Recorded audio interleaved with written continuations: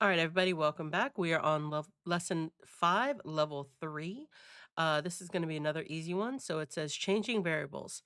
Update the values of the variables below so the ellipse is drawn in the bottom center of the screen. So it will look like this right here. Do this. Change the value of the variable to update the position of the ellipse. You do not need to add any new blocks to your code. So as soon as we see this right here, that tells me that we need to hide the toolbox because that way I'm not tempted to add anything. There's no reason to. So we're going to hide the toolbox and we're going to keep looking. So it says just update the blocks that are already in the code area so that we've got everything we need right now.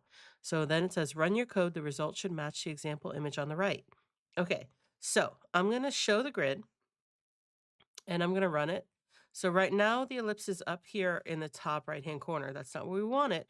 We want it to be down here-ish in the center of the screen.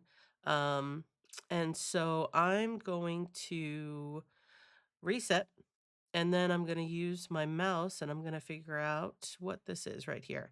So this says 200 by 300. All right.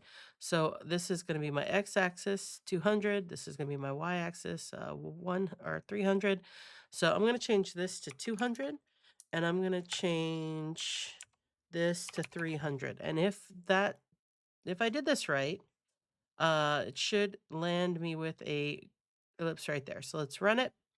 Yep, that's exactly what we want. I'm gonna turn off the grid. Does that look like that picture? That looks like that picture. Yep, yep, yep, yep.